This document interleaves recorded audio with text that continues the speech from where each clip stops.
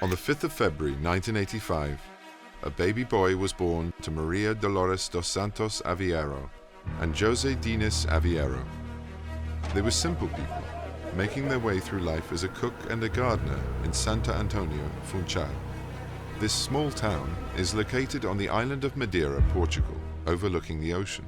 Santo Antonio means Saint Anthony, and on that day, a saint was indeed delivered into the world of football. Cristiano Ronaldo dos Santos Aveiro. Named after his father's favorite actor, US President Ronald Reagan, Ronaldo's early life hardly resembled a Hollywood movie. His rag-to-riches story begins with a childhood rooted in severe poverty. His Catholic family, like many others in the town, struggled to survive. Food and shelter were considered luxuries, and at Christmas time, there was rarely any sign of Santa Claus. Their house was a tin-roofed shack which would often leak due to the warm and powerful thunderstorms that graced the Portugal coast each summer. A lot of guys do come out from poverty, hard upbringings, and that's their motivation. A lot of that is the motivation that keeps them pushing. Cristiano was the youngest child, having an elder brother, Hugo, and two elder sisters, Elma and Liliana Katia. Quarters were tight, as Ronaldo, his brother, and two sisters shared one room. The dirt floor was their bed. Crumpled clothing served as a pillow. In addition to the financial hardships of this family, he also found it hard to make friends his own age. He was a lonely boy, and his only companion became a tattered football he found in an alleyway. He would take the ball to a nearby wall, and there, between the cement and stone, he practiced. He'd spend every waking hour with his friend, skipping meals and sometimes school. What inspired you to take up soccer? What inspired you to start playing? Well, that one is a tough question and a good question. I don't know why I am a footballer, maybe because the sports that I since when I'm a kid, it's what made me more attention, maybe because of my brother, my father, my cousins, because they all play football. Já he feito uma presença ao vivo e estou feliz, com muita energia para ser el mejor.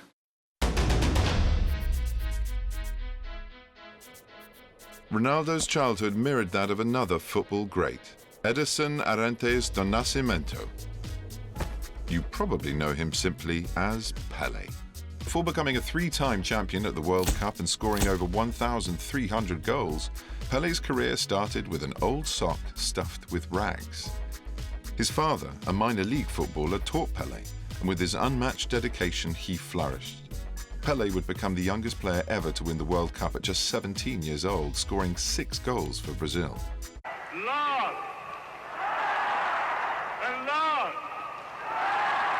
And for Ronaldo, much like Pelé, if it wasn't about football, it was a nuisance. Football was his life. He molded his skills playing against everyone and anyone, young and old. Without application, your talent doesn't mean anything. You've got to have the two. Application without talent is difficult, but you can still maybe get by. Talent without no application, you've got no chance. At the age of 8, Ronaldo joined amateur local team Andorina. At that age, this young child was a far cry from the muscled athlete that commands the pitch today. And even though he was skinnier and less developed than his competition, Ronaldo's talents were recognized immediately. Ronaldo, he started off at a really young age. I mean, you know, like we all do when we're starting football. And that when you get to sort of an age of 10, 11, 12 years old, you'll then start finding that these clubs will be, and professional clubs will be looking at you to see whether they can actually move you forward. Ronaldo's skills were creating a great deal of buzz. Smaller football clubs in Spain, Portugal and England are always on the lookout for their next star, and the competition is tough. Having the ability to occasionally strike the ball into the goal is not enough to get you noticed. The first thing we look for in any player is what natural ability he's got. You know, it's not what we can coach him, it's what has he got that he shows us, what does he bring to us. And then after that was, you know, does he got a love for the game? Does he love training? Does he love coaching? Has he got a passion for the game? And is he full of enthusiasm? But first and foremost is his own natural ability. However, this was not a problem for the young Ronaldo.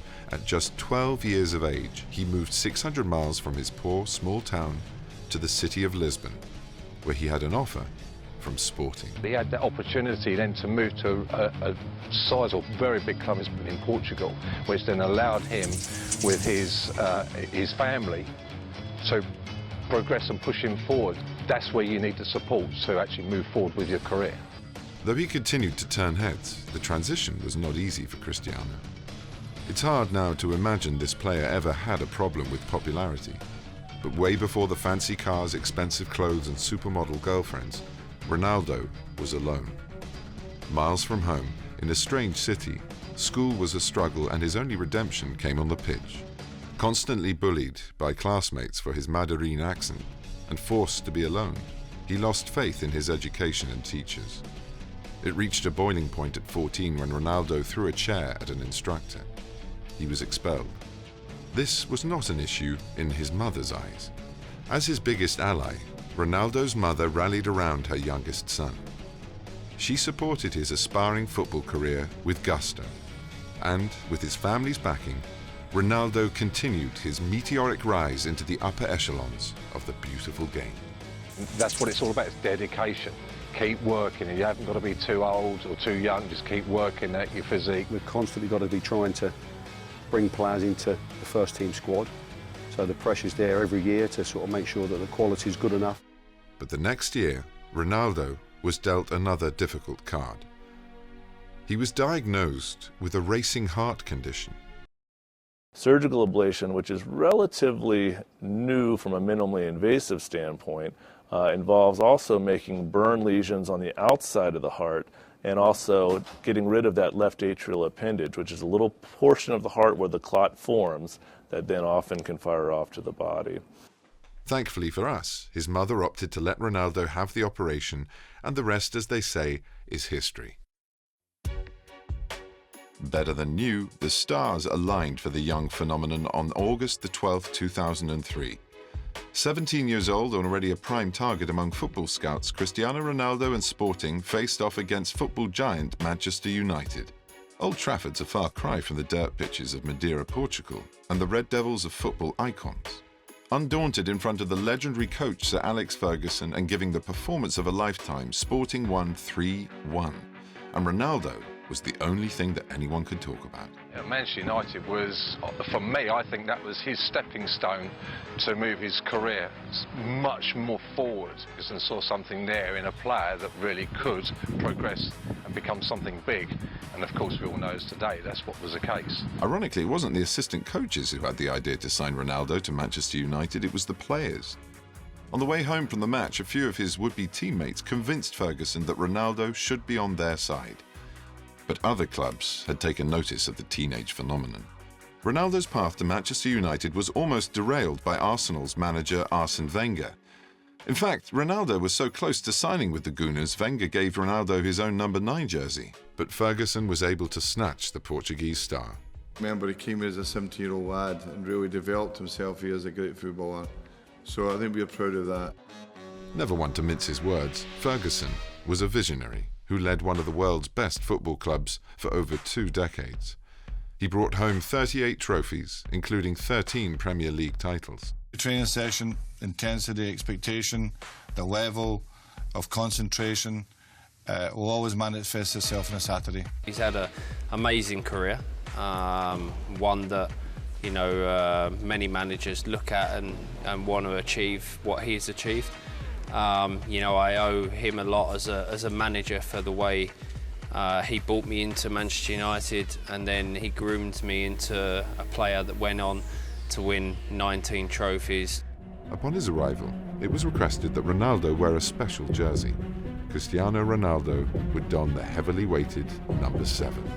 And, as time would tell, he would immortalise it.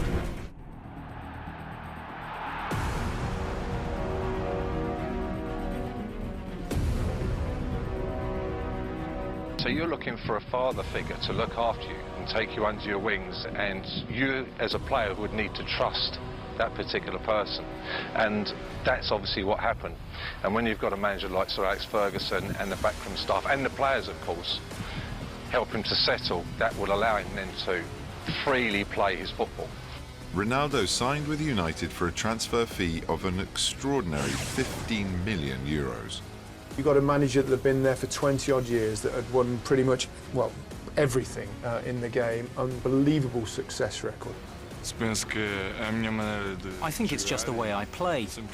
Ever since I was a youngster in Madeira, I've always been a player that enjoyed taking someone on one-on-one. It's in my nature, and I've always done this. Your speed with the ball, either foot, manipulating it, making decisions in and outside the full-back, playing and then moving in another position, and done at speed. And everything was done at great speed. And I think that was the thing that made me sit up. Ronaldo wasn't the first young football star to join Manchester and wear the number 7. David Beckham began his career with the Red Devils at the age of just 17. Beckham was to quickly fulfill his potential as one of the world's best, winning 6 league titles and 2 FA Cups at the hallowed grounds of Old Trafford. He had always a lovely smile, you know, and he'd always present himself well. But as a young kid, when I got him at 12 years of age, his great desire was to be the best footballer. He was a fantastic trainer, practiced all the time. At night time, he'd come back with the schoolboys and practice with them. Much like Ronaldo, Beckham has played the role of hero and villain. In a 1998 World Cup second-round match against Argentina, Beckham, after being fouled, kicked midfielder Diego Simeone in the calf. Beckham was given a red card, and England was eliminated. Beckham was blamed for the defeat, and he and his family received death threats. He was demonized in the media. Crazed fans hung and burned an effigy of him outside a pub. You'd much rather have your own fans. You do expect a lot of stick from opposition fans, but you'd much rather have your own fans with you than against you. And fans help much more when you're having a bad time. It's easy to cheer your team when you're doing well, but when you're having a bit of a rough time, you need your fans to get through it. Beckham's the link, if you like, with these players and the countries, then there's a good chance that he may come over Ronaldo to participate in the US League, the MLS. And if he does, I certainly think that that would be a huge coup for the US. I'm excited about bringing the team and being part of the MLS and continuing to be a part of the MLS. Cristiano Ronaldo's United career proved to be successful from the get-go. In his first season, Ronaldo scored the opening goal in United's 3-0 FA Cup final victory over Millwall. The first ever Portuguese footballer to play for Manchester United, Cristiano Ronaldo had not only arrived, but also became Player of the Year. Ronaldo is heralded as a master striker. He plays an attacking role better than anyone, often referred to as the Sultan of the Stepover, showing unmatched skill with both feet and the ability to beat players one-on-one unparalleled in the rest of the game. The whole game of the football has changed. It's completely changed. You know, you've got all this different dietitian-y type of food that you have to eat now, and they monitor your heart rate, your pulse rate, everything. His height, strength and vertical leap give him an edge in aerial challenges, and the majority of his goals are in fact headers. So I think he's been a fantastic advert for the game. His scoring record ratio to games played is second to none. Ronaldo, tremendous player. One of the best players in the world, if not the best goal scorer in the world. And when he scores goals, left foot, right foot, he can head a ball, he can take people on, he step-overs. At the height of his success at Manchester United in 2005, Ronaldo was dealt a significant blow. His father passed away. Jose died due to a chronic liver condition brought on by years of struggling against alcoholism. He was only 52 years old. Ronaldo, only 20 at the time, was hit hard by the loss. But as at every moment of hardship in his life, Ronaldo's mother, Maria, was there for him. She's been an unwavering pillar of support and love in his life, and he said often that he would not be where he is today without his mother. Ronaldo still carries a lingering heartache for his father's passing, as he never got to share any of his success with his father. To this day, he never forgets how his dad was instrumental in getting him started in this sport. Many think him too much of a peacock, preening and flashy, concerned completely with his image. He doesn't make it easy, turning many viewers off with his arrogance and overconfidence. Where I think he's toned it down, I think by hanging out with models and other sports stars that are on the kind of salary that he's on, it has taught him a lot for how to, you know, look good but keep it minimum, which he's never done well. He loves the bling bling, he loves a solid tan, but I think he's learned a lot and he's matured a lot, and that's seen through his fashion and his clothing choices. The guy is a total professional. What he does in his own time is up to him. I mean, he is obviously, I think he gives quite a good image for a footballer. Other fans think he dives without the slightest contact and are annoyed that a player as well built as Ronaldo would take to the turf so easily. Ronaldo's penchant for persuading referees was highlighted in the 2006 World Cup match against England. Wayne Rooney, a Manchester United teammate, was whistled for stamping on a Portugal defender. Ronaldo immediately started to plead his case to the ref, and Rooney shoved him. Rooney was given the red card, and as he left the pitch, cameras caught Ronaldo winking at his teammate. Portugal may have won the quarter-final match, but Ronaldo didn't win many fans in the process. Someone's probably going to break your legs in a nasty tackle. Could be Rooney. You never know. You think? He's got to get you back for one, isn't he? Rumours of turmoil began to spread. The tension between Ronaldo and Rooney following the now infamous wink would be too much for Manchester United to overcome. Ronaldo was taking the brunt of the blame. CR7, as he was known, was becoming football's greatest villain. Soon reports surfaced that Ronaldo wanted to transfer and Real Madrid was his chosen team.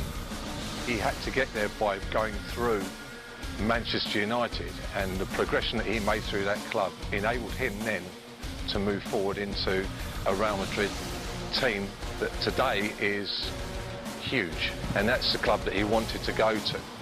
His family, I think, wanted him to go to that club as well, his mother, and he was in a situation where he couldn't say no. The press told stories of a torn locker room and the team's chemistry in jeopardy.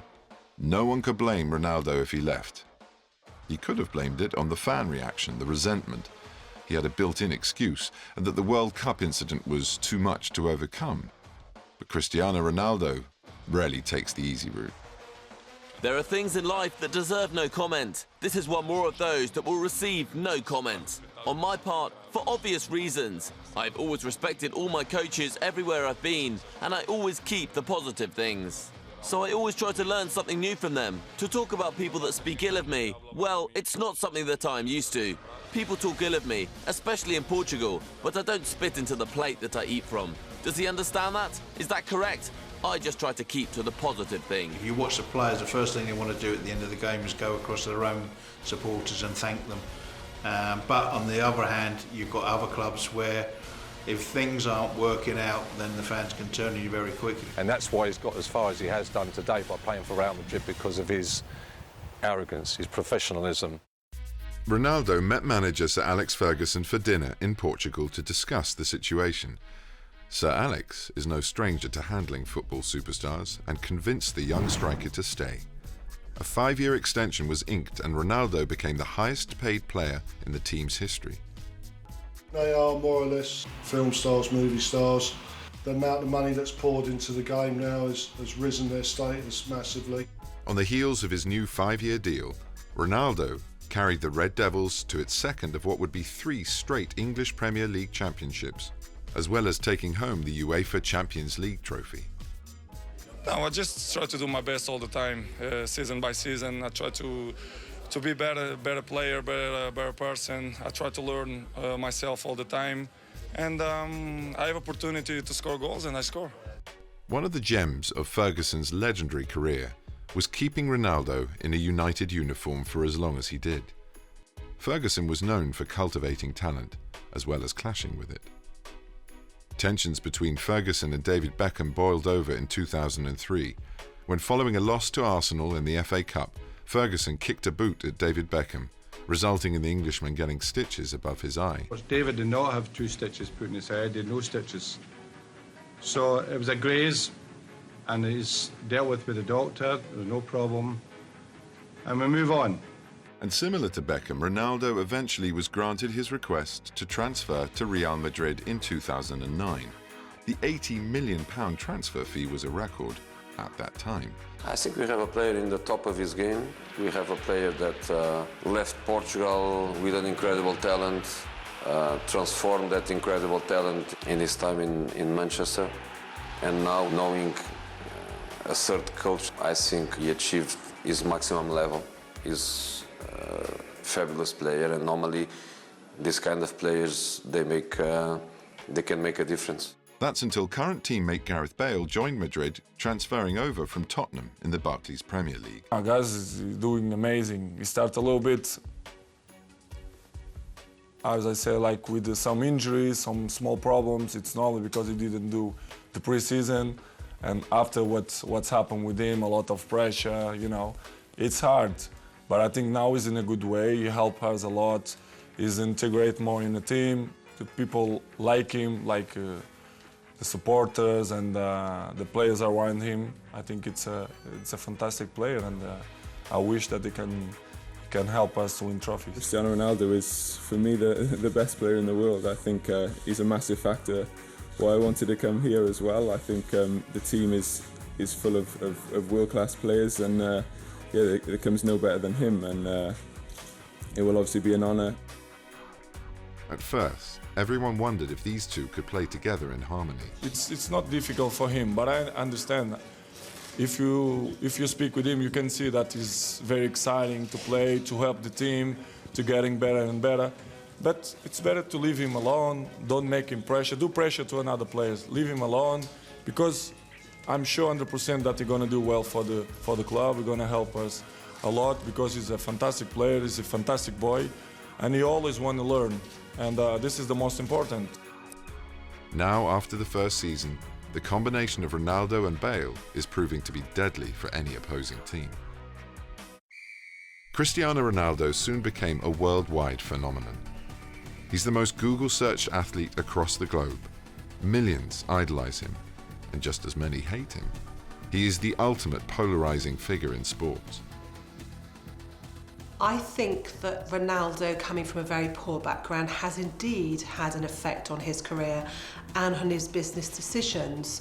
I think that he has had to claw his way up and take every opportunity that's given to him, but equally, so too have other people that have come from much better off backgrounds. But I think he's been very clever in the way that he's used his, perhaps, skills that he learned as a young age to his advantage today. Although much of Ronaldo's skill was shaped and moulded with his fiery determination and will and pure hard work, one wonders if this otherworldly talent got an assist from destiny. Born on February 5th, 1985, under the Aquarian Sun and Leo Moon, the stars lit the path for Ronaldo, equipping him with the relentless passion to be great. Aquarians are brilliant communicators that work well with the media, so they're an absolute gift to any corporate organisation trying to push their wares. And Ronaldo has made many endorsements for most products you can think of. Those born with an Aquarian sun can be enchanting and often unhinged.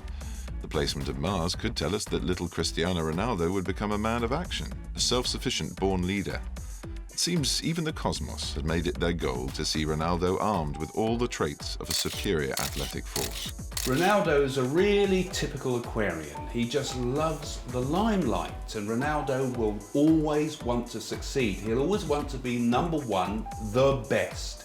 And if money comes with it, well, money comes with it. Aquarians can take it or leave it with money, but when money really comes to an aquarium, it either comes big time or nothing at all. In Ronaldo's case, he's made plenty in his life. But he's not the only one in his family to gain fame. Ronaldo's older sister, Katia Aviero, is a singer and signed a record deal in 2013. Es una experiencia buena. Estoy aprendiendo todos los días con él. Y eso para cualquier artista es un sueño, es bueno. Y más mi responsabilidad es muy mayor porque el Red One es un productor muy exigente y eso para mí es motivo de trabajar más, hacer mejor, aprender todos los días y para cualquier artista es un sueño y yo voy a dar mi mejor y seguir camino. Naturally, Ronaldo has always been her biggest fan, as she used to sing around the house when they were younger. No matter where her career takes her, Katia knows her younger brother will always be there to support her dreams. As Ronaldo's legions of fans grew, so did his critics. Ronaldo instantly had a target on his back. Tabloid magazines and websites hounded his every move off the pitch. The words to describe Cristiano Ronaldo: skimpy. Loves skimpy. Speedos. I don't get it. You know, I suppose if you look that good, you can show it off, but he shows it off a lot. Any celebrity knows that as fame rises, privacy often falls. Paparazzi are an issue for any star, but for a global icon like Ronaldo, it can be impossible to find a moment's peace.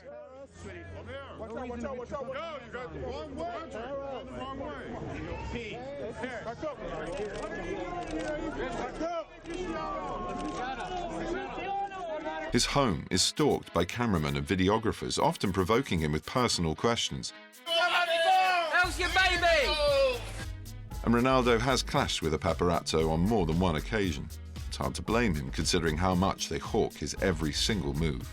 I think the difference with the Beckhams is that they're a partnership.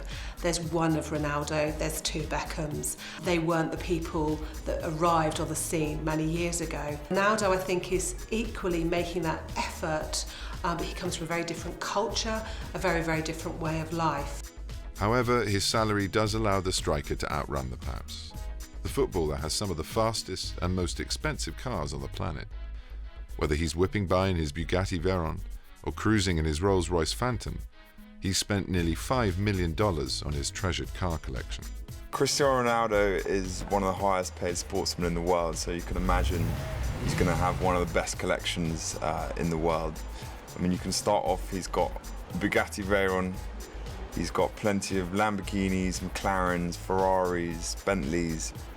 Pretty much anything you can imagine Cristiano Ronaldo will have. The lifestyle is fantastic. There is money, there are cars, there are houses, media exposure. It's very difficult to live a life in the limelight, and that's why I think you see a lot of the younger stars sort of failing, as it would be, in many aspects of life by the time they're mid-20s. He likes to be seen, he's got a lot of convertibles, so he'll pop the roof and people, you know, he wants people to see him driving these cars, and that's part of his character. But he doesn't only fill his own garage. Ronaldo promised the 5-person training staff of Real Madrid that if he won the FIFA Ballon d'Or, he would buy each of them a new car of their choice. In 2013, Ronaldo went home with the award, and true to his word, his training staff was driving home in their brand new cars soon after. I cannot expect a better night than this one, even in my dreams. So I have to be proud of my work, what I did during the year, and this is going to give me motivation to work more and dedicate myself more for the future, and I hope to be here next year to try to win the third one. Throughout his career, Ronaldo made headlines on and off the pitch. Recently, he announced that there is a junior Ronaldo. The identity of the mother has never been released. The boy, named Cristiano Ronaldo Jr., attends every match with his grandmother. Ronaldo says he plans to raise him with religious values and won't spoil him, even though he's being raised in immense wealth. Ronaldo prides himself on being a loving and caring dad. Ronaldo, despite his gargantuan wealth and success, is always mindful of where he came from and the hardships he had to endure to achieve his dreams. The asphalt alley and stone well are never far from his thoughts. If you're looking for Ronaldo on his day off, you probably won't find him in a local bar. Odds are he could be at a youth practice in his native Portugal. Hello. We pass, and we didn't shoot. One opportunity, shoot to the net.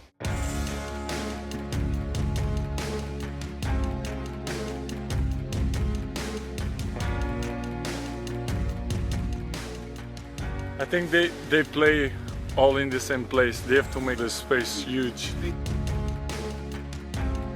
try to be fast, try to, you know, to fade him and to try to change the acceleration. Just try to have the ball in good control. When you're at attack. Good. Cristiano Ronaldo has been criticized for his extravagant spending and lifestyle, but without question his heart, support and generosity have saved many lives and given hope to those that most need it. In December of 2004, Ronaldo's number 7 was a symbol of hope. An earthquake off the coast of Indonesia caused one of the most catastrophic tsunamis in recorded history. A 6-year-old Akanese boy named Maltunis was swept out to sea by the massive wave. Maltunis was carried into a mangrove swamp. All he had to survive on was rainwater in puddles and packets of dried noodles that had washed up in the wave. He was alone like this for 19 days before he was rescued and reunited with his father and grandfather. News agencies broadcasted images of Maltunis wearing a tattered, blood-stained red football jersey with the number 7.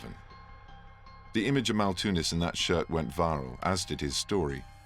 The young boy lost his mother and sister in the tsunami. Touched and heartbroken, Ronaldo visited Maltunis in Indonesia. He paid for the boy's education and made large donations to rehabilitation and reconstruction efforts for the community. Ronaldo also raised funds for an improved mangrove forestation, a key element in helping to save Maltunis' life during the aftermath of this heart-wrenching event.